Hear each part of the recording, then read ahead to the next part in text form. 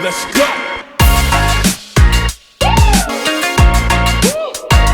Fala galera, Theo Hayashi aqui, sejam bem-vindos a mais um podcast do Theo Hayashi. Eu sou o Theo Hayashi, estou aqui com você com conteúdo fresquinho, como de praxe, toda segunda-feira saindo aqui conteúdo sobre espiritualidade, sobre liderança, conteúdo sobre cosmovisão bíblica, conteúdos como você vive de fato a vontade de Deus, que por sinal é uma das perguntas que eu vou responder aqui nesse episódio. Por sinal, hoje nós estamos com um episódio diferente. Eu estou respondendo perguntas que vocês me enviaram. Então, você que está aqui com a gente vai poder escutar as perguntas que alguns estão enviando. E eles enviam porque eles fazem justamente 3 Cs, ou na verdade, um dos 3 Cs. O primeiro C é curtir, dá uma curtida aí, porque daí o algoritmo entende aquilo que você gosta e daí promove mais conteúdos similares. Segundo C é você comentar. E muitos dos comentários, a gente quer saber o que você está pensando, esses comentários acabam então gerando essas perguntas que eu estou respondendo hoje. E por final, compartilha, o terceiro C. Se você está sendo abençoado por isso, manda para geral. Então, sem mais delongas, mais uma vez, como eu disse, estou aqui para responder as perguntas que vocês enviaram no meu Instagram. Então, a gente selecionou aqui algumas para responder nesse podcast. Então, segura firme aí que a gente já vai cair para dentro dessas perguntas que vocês mandaram. Você está pronto? Número 1. Como é que eu sei qual é a voz de Deus em uma decisão? Eu acho que a pessoa está perguntando como que eu escuto a voz de Deus, como eu discerno a voz de Deus, como que eu sei qual é a vontade de Deus quando eu tenho que tomar uma decisão. Bom, saber tomar decisões de acordo com a voz de Deus é algo que todo cristão sério busca. Afinal de contas, a gente sabe que a vontade de Deus sempre é melhor do que a nossa própria vontade. E um cristão, de fato, quer seguir a vontade de Cristo. Porém, muitas vezes, essa questão de compreender qual é a voz de Deus, entender a voz de Deus, acaba, às vezes, em muitas pessoas, ficando algo muito místico e cria-se, então, uma confusão.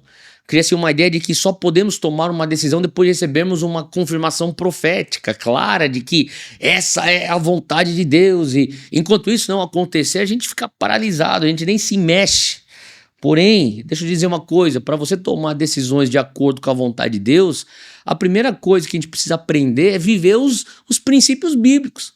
Você vivendo a Bíblia, a palavra que é a fundação de tudo que nós fazemos, já é um bom começo para você tomar as decisões certas de acordo com a vontade do Senhor Deus. Salmo 119, 105 diz: lâmpada para os meus pés é a tua palavra e luz para os meus caminhos. Galera, se você estiver andando na palavra, vivendo os princípios bíblicos, se torna algo muito inerente. Existem princípios que estão muito claros, você não precisa de confirmação, você não precisa de uma palavra profética, um anjo aparecer no teu quarto. Por exemplo, você não precisa de uma palavra profética para ser fiel à tua esposa. Você não precisa de uma palavra rema para pregar o evangelho ao perdido ou para ajudar o necessitado. Se você for começar a pautar a tua vida pelo que a palavra já diz, a chance de você tomar uma decisão contrária à vontade de Deus diminui drasticamente. Em segundo lugar, quando você tiver que tomar uma decisão, ore, peça ao Senhor que Ele venha pôr paz. A palavra diz que a paz seja o árbitro dos vossos corações. E com paz você vai saber tomar a decisão certa. Sem paz você já tem um indicativo que isso aqui talvez não seja a decisão certa. Olha só o que diz Colossenses 3,15, que a paz de Cristo seja o juiz ou o árbitro de vossos corações, visto que vocês foram chamados a viver em paz como membros de um só corpo e sejam agradecidos. Então, galera, em vários momentos da minha vida em que eu precisava tomar uma decisão, eu orava e via se eu sentia paz ou não. E aquilo determinava a direção que eu tomava. Eu seguia, e na verdade eu sigo até hoje a paz em meu espírito, ou às vezes a falta da paz no meu espírito. E aquilo se torna um juiz nas minhas escolhas. E em terceiro lugar, muito importante, algo que sempre ajuda a termos a perspectiva correta sobre nossas decisões é a gente entender pelo que estamos nos movendo. Então você tem que fazer essa pergunta, sondar teu coração. O que é que está me movendo, me motivando? É necessidade? É oportunidade? É propósito? Nenhuma das três estão erradas, mas tem uma que é melhor do que as outras duas. E não é necessidade e nem oportunidade. Para pensar, se nos movermos por necessidade, nós temos a tendência de sermos enganados por ela na hora de tomarmos decisão. Pois não é porque uma decisão sana uma necessidade que ela se torna a decisão certa. É muito arriscado a gente pensar dessa maneira. Além disso, se a gente for começar então a se mover por oportunidade, os oportunistas, estaremos sempre então à mercê da próxima porta aberta. Então quer dizer, vocês às vezes se pegam numa corrida de rato, indo só aonde tem porta aberta, uma oportunidade, sem saber de fato se foi Deus quem abriu a porta para você, porque nem toda porta aberta é de Deus. Então a melhor forma de tomarmos decisões é estarmos baseados no propósito de Deus para nós, confiando que Ele é de fato um bom Pai. E que a sua vontade para nós é boa, agradável e perfeita, que nem Paulo diz lá em Romanos 12, versículo 2. E por último ponto aqui, traga as pessoas certas para dentro do teu processo de tomada de decisão.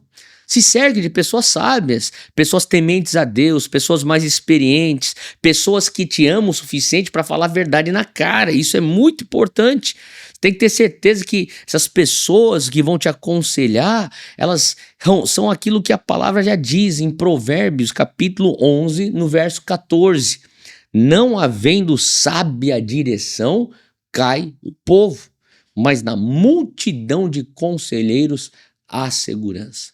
Então não é você procurar um colega do teu mesmo nível, um par, mas procure aqueles que são mais sábios que você, que são aqueles que vão poder então te guiar para uma decisão correta. Então aí fica aí algumas dicas de como você pode entender e descobrir a voz de Deus nas suas tomadas de decisão. Espero que isso tenha te ajudado. Vamos para a segunda pergunta? Tem aqui, segunda pergunta. Uma menina incrível com traumas do passado, namorar ou deixar ir? Ele falou, conheço uma menina incrível, ela tem traumas lá de trás, deixo ir ou namoro? Bom, vamos lá então. A verdade é que todos nós temos traumas, né? Não é verdade? Todos nós temos traumas do passado, uns estão mais graves, outros são mais a menos, mas se os traumas do passado em si, só os traumas, nos desqualificassem para nos relacionarmos com alguém, eu acho que eu sei que eu não seria qualificado para namorar a minha esposa. A questão mesmo é se a gente resolveu ou não os traumas do passado. Agora, a pergunta tem que ser, os traumas dela foram já resolvidos? Ela está em processo de cura desses traumas? Como é que está esse negócio? Isso aí que é o X da questão.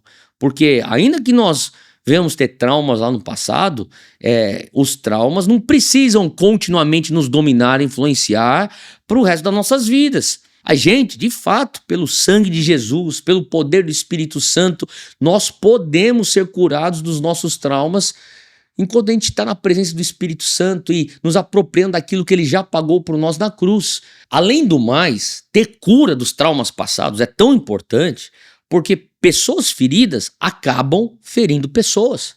E todas as nossas disfunções acabam se potencializando dentro de um relacionamento. Eu falo para as pessoas o seguinte, o momento que você casar com alguém, eu sei que você está falando aqui sobre namoro, mas o momento que você casar com alguém, eu te garanto que é tudo vezes 10, as coisas boas e as coisas ruins. Portanto, resolva os traumas do passado e tome sua decisão em cima desse processo e progresso. Terceira pergunta que chegou aqui para mim. Por que você acha que os adolescentes e jovens, mesmo conhecendo a verdade bíblica, ainda buscam os prazeres do mundo? Bom, isso aqui a gente pode ficar aqui anos falando sobre isso aqui, até porque é minha batalha, foi minha batalha, a gente continua lutando contra a carne, independente se você é adolescente, jovem, adulto. Bom, primeiramente, você está falando aqui de adolescentes e jovens, mesmo conhecendo a verdade bíblica. Então, pausa aqui. Eu diria que essa não é, infelizmente, a realidade em que nós vivemos hoje, porque a verdade é que a maioria, estou generalizando, a maioria dos nossos adolescentes e jovens hoje não conhecem a verdade da palavra, não entendem, não conseguem nem ver através de uma cosmovisão bíblica o mundo, e mesmo que eles estejam dentro das nossas igrejas, e mesmo que a quantidade de jovens e adolescentes é uma coisa assim muito grande, eu diria que também é muito grande a quantidade de jovens e adolescentes que mal sabem pensar criticamente, muito menos biblicamente. Isso aí é alarmante. Primeiro você tem que pensar criticamente, depois você vai ter que botar então Bíblia na maneira como você pensa, aí você vai ter uma cosmovisão bíblica. E eu sei disso porque nós ensinamos sobre cosmovisão bíblica e muitos jovens e muitos adolescentes evangélicos apresentam na conversa cosmovisões completamente divergentes das escrituras. E são jovens e adolescentes que cresceram na igreja. Agora, outro ponto que a gente precisa levar em consideração é o questionamento de qual é o evangelho que tem sido pregado aos nossos jovens e adolescentes. Porque não é porque a pessoa está dentro de uma igreja evangélica que ela pensa biblicamente. Então, não me leve a mal. A verdade da palavra é fundamental e nós devemos sempre nos empenhar em engajar os nossos jovens na Bíblia, mas a verdade também é que o evangelho que Jesus pregava e que ele ensinou aos seus discípulos para que eles viessem então também pregarem, foi um evangelho tanto de palavra como de poder. Olha o que o apóstolo Paulo fala em 1 Tessalonicenses 1, 5 a 6. Sabemos, irmãos amados de Deus, que ele os escolheu, porque o nosso evangelho não chegou a vocês somente em palavra. Não é só teoria, ele está dizendo, mas também em poder, na prática, manifestação, no Espírito Santo e em plena convicção. Vocês sabem como procedemos entre vocês em seu favor. Então, gente, entenda uma coisa. A palavra de Deus dá o fundamento, o alimento sólido para o crescimento na nossa fé, que vai te ajudar a pensar biblicamente. Porém, o encontro inegável com o poder do Espírito Santo é a presença de Deus que nos marca definitivamente. Isso aí é o que gera convicção. É o Espírito que gera a convicção da justiça e do juízo. Então, o que vai, na minha experiência, o que eu vejo que vai substituir a busca pelos prazeres deste mundo é o prazer de poder estar na presença manifesta de Deus. Na presença de Deus, nós somos transformados de glória em glória. Então, deixa eu falar uma coisa aqui. Sabe, eu creio que aqui é uma guerra de prazer. Você tem o prazer da carne e você tem o prazer da presença. A pergunta é, qual desses dois prazeres é maior na tua vida? Porque o prazer da carne é algo que a gente tem que sufocar e lutar contra até Jesus voltar ou até eu sair dessa terra. Então a pergunta fica, qual que você tem mais? Prazer da carne é o que você está alimentando mais? Ou prazer do espírito é o que você tem alimentado mais? Porque aquilo que você estiver alimentando vai crescer e aquilo que tiver maior vai sobrepujar o outro. E algo que eu adicionaria também a isso é o elemento missional. O jovem ou adolescente, ele dificilmente vai se interessar por um evangelho no qual a gente só é salvo. O que você tem que fazer? Você é só salvo. E daí eu vou ficar aqui esperando até Jesus voltar. O resto da minha vida fica sentado em banco de igreja evangélica esperando morrer. Olha só o que o texto diz em 1 João 2,14. Diz que o jovem é forte. Então o texto fala que ele tem dentro de si o prazer de fazer algo com a sua força. Então, se a igreja não fornecer o jovem a via por onde ele pode ser usado poderosamente por Deus, sabe, essa energia toda vai ser canalizada para um outro lugar. Então é importante que a gente pregue o evangelho do reino, é importante que a gente enfatize a grande comissão, o ID. A gente tem que mostrar que o evangelho é mais do que só ir na igreja, aos cultos. Não, é viver o reino na sociedade. Isso tudo é uma aventura que o Senhor nos leva para justamente nós sermos transformados, para então transformar as pessoas ao nosso redor. Então, se você estiver nessa aventura, você vai perceber cada vez mais que o prazer da carne perde força na tua vida. E, bom, vamos para a quarta pergunta, então, pulando já de cara, a pessoa escreveu assim: como que eu posso prosperar financeiramente segundo os princípios bíblicos? Bom, vamos lá. Para começo de conversa, é bom a gente esclarecer que Deus não é contra a prosperidade. Deus também não é contra você buscar ter recursos financeiros ou ter já os recursos financeiros. A verdade é que o dinheiro não é mal. O dinheiro tampouco é bom. O dinheiro não é bom nem mal, ele é neutro. E o que importa é qual o espírito que vai repousar sobre o teu dinheiro. E quem é que governa a nossa vida financeira? Olha só o que Jesus falava em Mateus 6. Ninguém pode servir a dois senhores, pois odiará um e amará o outro. Ou se dedicará a um e desprezará o outro. Vocês não podem servir a Deus e ao dinheiro, ou o mamon, que é o espírito sobre dinheiro.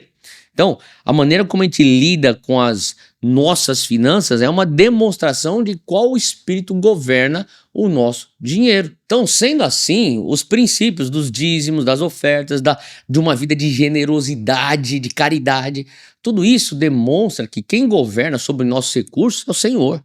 Afinal, de acordo com a palavra, eu prefiro 90% com a bênção de Deus do que 100% ao meu critério, sem a bênção de Deus. Então, pessoas que seguem os princípios bíblicos sobre finanças, no fundo, demonstram ao Senhor que não estão buscando recursos como um fim. Na verdade, o recurso financeiro é um meio para cumprir ou expandir a grande comissão. Então, o bem mais precioso delas continua a ser essa empreitada do reino, a agenda do reino. E elas são pessoas que estão falando, eu preciso de recursos para expandir essa agenda. Então, quer dizer, o recurso é o meio, ele não é o fim. Deus, ou a agenda de Deus é o fim e não o oposto.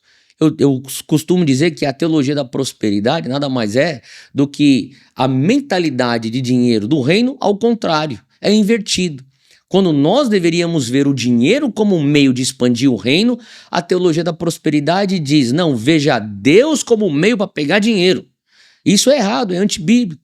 Então é assim que eu vejo finanças à luz da Bíblia. Bom, galera, nós já respondemos 4 perguntas que vocês nos enviaram. Eu sei que às vezes as perguntas estão chegando de uma pessoa, mas estão diversas pessoas aí que estão com as mesmas perguntas. Então eu espero que isso tenha abençoado não só uma ou duas ou três ou 4, mas muita gente. E se prepare porque toda segunda-feira nós temos episódios fresquinhos. Deus te abençoe. Eu vou parando por aqui e eu te vejo no próximo episódio. Let's go!